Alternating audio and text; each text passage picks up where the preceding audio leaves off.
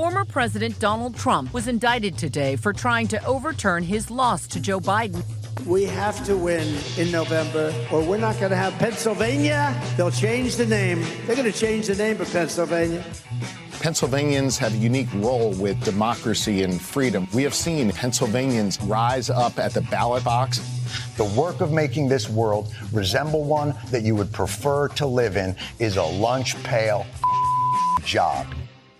If you're really worried about story time and a story that isn't appropriate for children, maybe you shouldn't be the one writing it. Hello and welcome to the Keystone Reckoning podcast for Tuesday, March 26, 2024. I'm your host, Jesse White.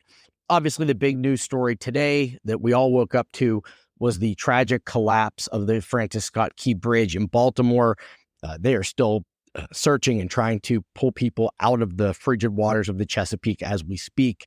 Obviously, there will be a lot to talk about in terms of repercussions and policy and politics and everything. But obviously, that is not something that we want to talk about while people's lives are still in danger. So we're going to put a pin in that and just watch like everybody and hope and pray that the losses are as minimal as they could possibly be. So let's turn to today's topic, which is the massive story that has come out of Lancaster County and the city of Lancaster in particular regarding the drag queen story hour and everything that happened as a result of it. For those unfamiliar with the story, the Lancaster City Library was hosting a drag queen story hour, much like has been held in other communities, other states. It's a simple, straightforward event for anybody that wants to come out. And for those of you who are unfamiliar with the story, the Lancaster Public Library sponsored a drag queen story hour that was going to be held on March 23rd. It was sponsored by Lancaster Pride, and they described it as, quote, a wonderful time to get the community out, queer folks, allies, just to get everyone together and spend some quality time enjoying some stories, fellowship, just an overall fun time. Pretty straightforward. Open to the public. Anybody that could show up wanted to show up. Anybody, and this is an important part of it, anybody that didn't want to show up didn't have to show up. Don't forget that part.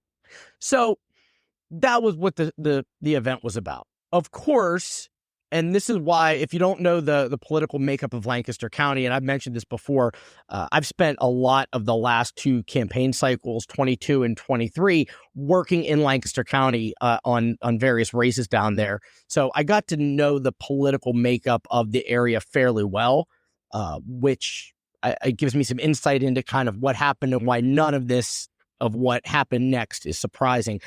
For those who are unfamiliar with the area, Lancaster County itself is, for the most part, very red, very Republican.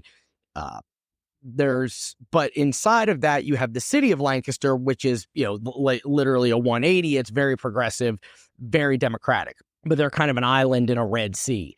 And it is trending. There are other areas around there, Manheim Township, places like that are trending blue. And I think Lancaster County is really kind of a bellwether for a large portion of Pennsylvania.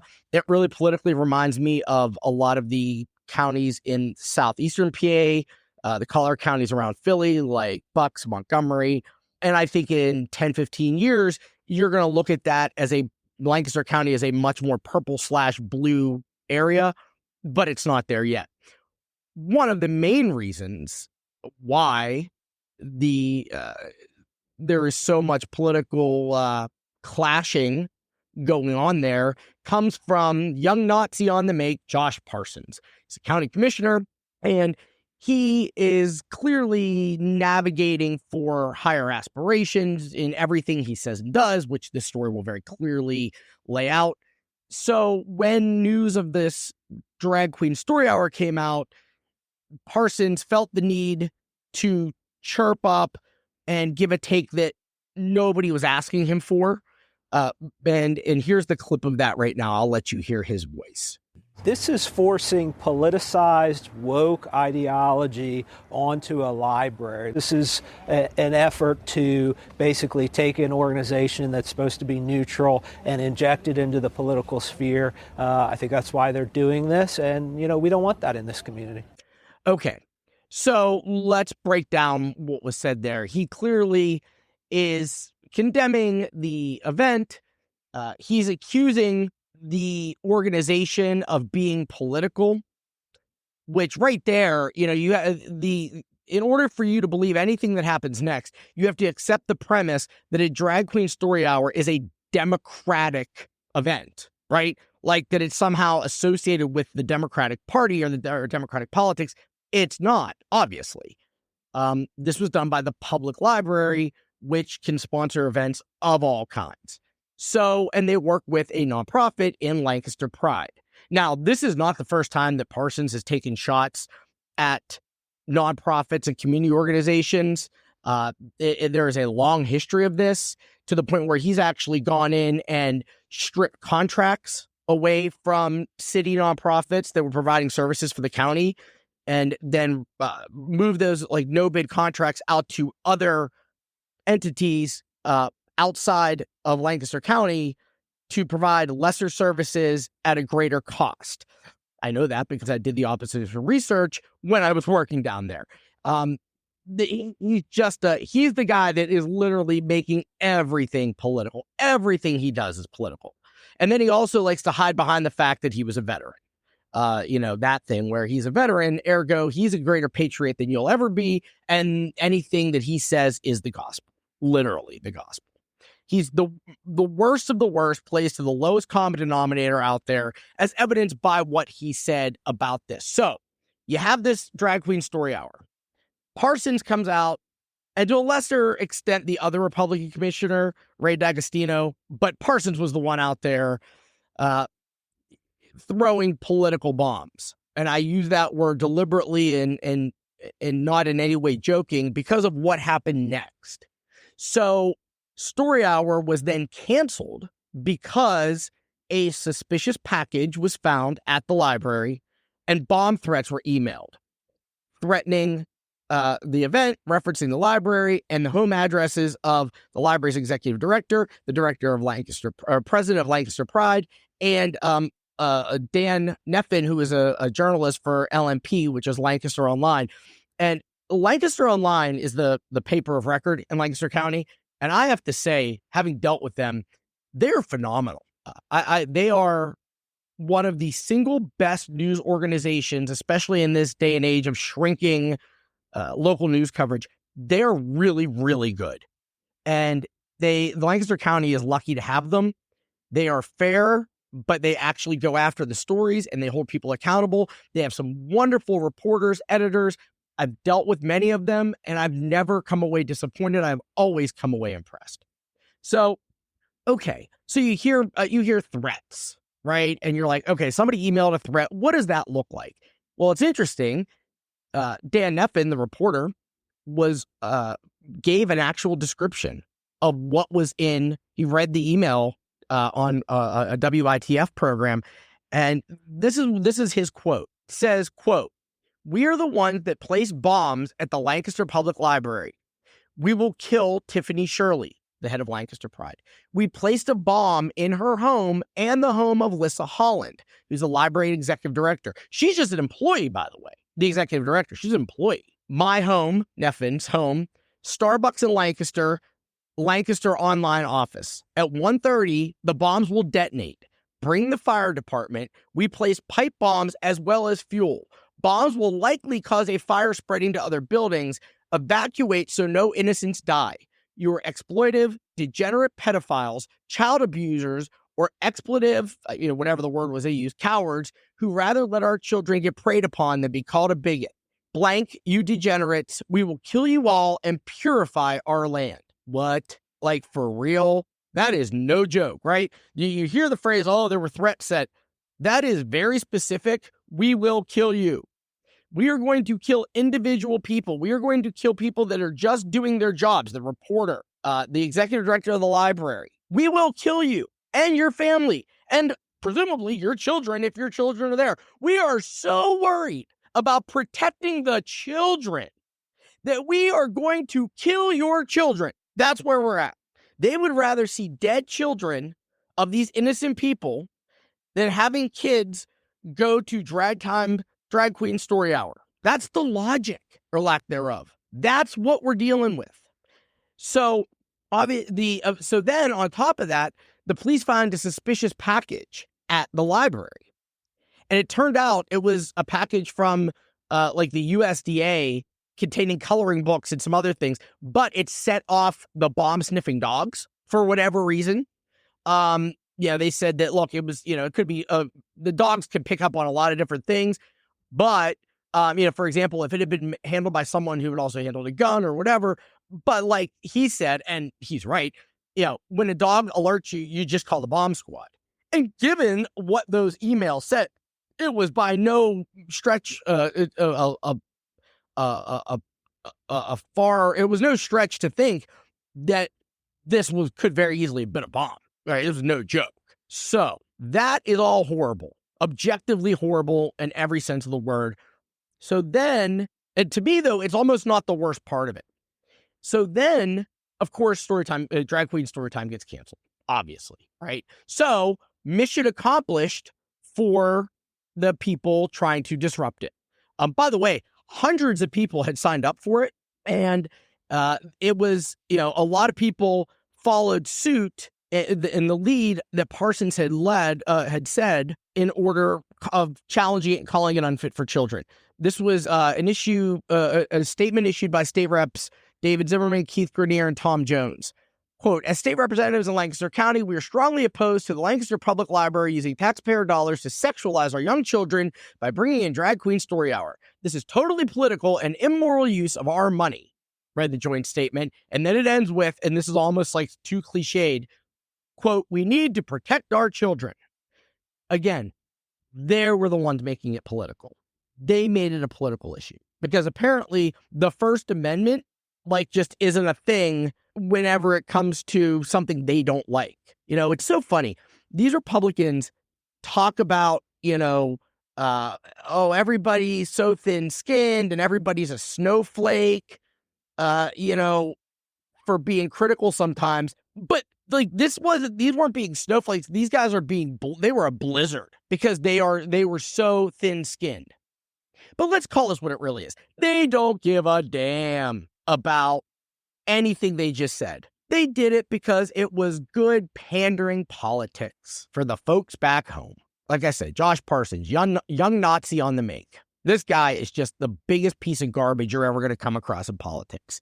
And they just can't, anytime they can get in the paper to push their garbage and take something that was apolitical and make it political, that's what they're going to do. And that's exactly what they did here, right? It's exactly what they did.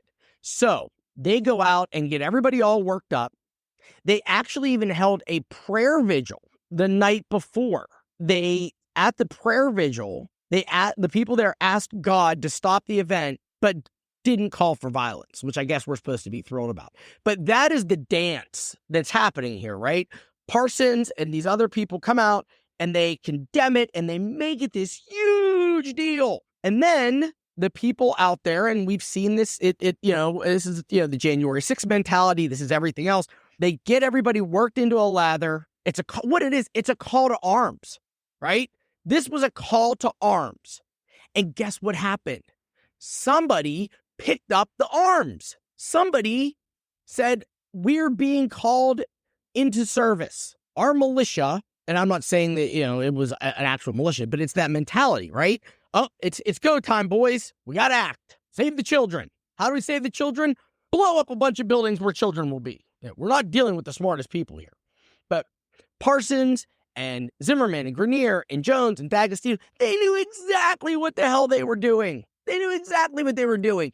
So then, of course, people's lives were threatened. Reporters' lives were threatened. And by the way, going back to Lancaster Online, Parsons has had a long, a very nasty relationship with Lancaster Online. And to the point where I've always thought he kind of did the thing that Trump did, where he accused them of being so mean to him that they almost had to be more reasonable to avoid an image of a perception of impropriety. I'm going to guess that that's probably not going to be happening quite so much. And now that one of their reporters' lives were threatened and their office was threatened where everybody worked there, because of what was said next. And this is the part that is just absolutely unbelievable, okay? Josh Parsons, on his social media, everywhere else, had said, well, March 14th, he says, that this was a very simple issue, despite efforts by activists to distract, misdirect, and misinform. That's what he said, on March 14th, 10 days before the event was supposed to happen. And it goes on, but I'm not going to read any more of his garbage. You know what we're talking about here. But that's what, that's how he framed it, right? As soon as this became a thing, he was like, oh, I'm going to jump on this and make it a thing. Okay, now, so then, obviously, you've got everything that happened. In the meantime, I'm reading through what happened to Lancaster's, just to give you an idea of what the commissioners are working on. They passed a resolution saying that Lancaster County is a non-sanctuary county because obviously Black and brown people in their minds, or I guess brown people, are the problem, right? That's what they view the problem as, not the people that are threatening to blow up buildings and kill children. Okay, but whatever, that's a story for another day. So here's what he says after the bomb threats. This was 2 days ago, so this was March 24th, so the day after. This was what he said. Quote, Sheriff's Office personnel, County Emergency Management Agency personnel, and other county assets have been involved in the Lancaster Public Library situation, including dealing with apparent bomb threats that have been made. Apparent. I read you what they said. I don't know how you could take that and think that it was an apparent bomb threat. That's about as explicit as it gets. Back to his quote. We continue to monitor the situation and provide assistance. Yeah, because you've been so much help so far. Please keep assisting. Says, the Bend Park as well Plaza area, that's where the library is well covered with cameras, and law enforcement can trace phone calls and communications. It is my hope and expectation that the perpetrators will be quickly caught and prosecuted to the full extent of the law. Wait for it, because here we go. This is true regardless of whether they actually oppose the Drag Queen Story Hour or they support it and are seeking to create outrage against those who oppose it. The consequences should be the same and extremely serious. Threats of violence have no place in our debates. Dude, you can just go and F all the way off. You are now doubling down and alleging that this was a false flag done by supporters to, I'm not even sure to what end, seeking to create outrage against those who oppose it. Dude, you already created the outrage, Josh Parsons. You created it. You perpetuated it. There was a freaking prayer vigil, which, by the way, nobody threatened to blow up the prayer vigil. Should just be noted. Just a thought. Apparent bomb threats. It says the area is covered with cameras and law enforcement. Well, I think we can acknowledge that the bomb, there were no bombs actually placed, right? So that's not going to do anybody at this point. They're going to find a delivery guy dropping off about a package of coloring books, right? They're not going to find anything there. Now, tracing the email, yes, that is, I'm sure there are people doing that. I'm quite certain that it is not a priority for the county, given what the leadership of the county looks like. Not that, I mean, it's a law enforcement issue. And I do believe law enforcement will do it. I also would be willing to bet that they're never going to find the person because theoretically emails can be traced, but there are enough ways out there using VPNs and anonymous email servers. And there's a lot of things you can do. And I'm sure someone that made threats that explicit knew enough to cover their tracks to some extent. I'm not saying they'll never find the person. I'm saying it will probably be exceptionally difficult. And I would be really surprised if anybody was found out. Now, I think if they do find them, I think bringing them to justice, I think will probably happen. But just the odds of it happening are very low. So what happened was Josh Parsons got exactly what he wanted. And not just Josh, all of his, fellow whatevers got exactly what they wanted. They got the event canceled, so they saved the children, right? They protected the children. They delivered they preached to the choir, right? They literally got the exact thing they wanted. They are heroes to their people. And that's the problem.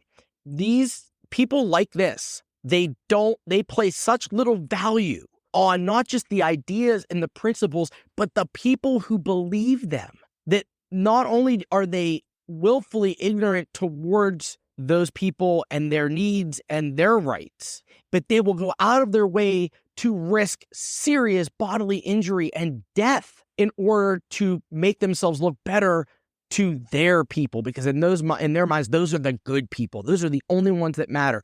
It's such a big problem in our politics now, and it really is something that can go back to MAGA, which is we don't disagree on policies now.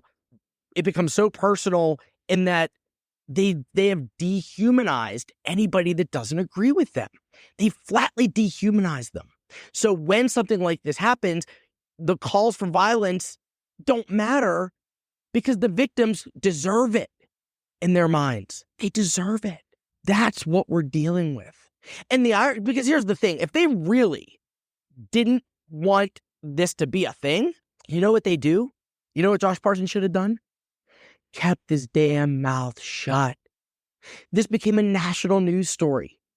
That event is going to happen at some point. I don't know. I don't know the details, but you could be sure that it will happen, and it will be a much bigger deal because they elevated the issue. They elevated the story. They made it an issue by opposing it, by enabling the violence, by infuriating everybody, not just with everything that happened, but by then coming back and accusing the people that wanted the event to happen or didn't care about the event, by accusing them of a false flag operation. That's what they did. They did what they set out to do. So there, you wanted a story.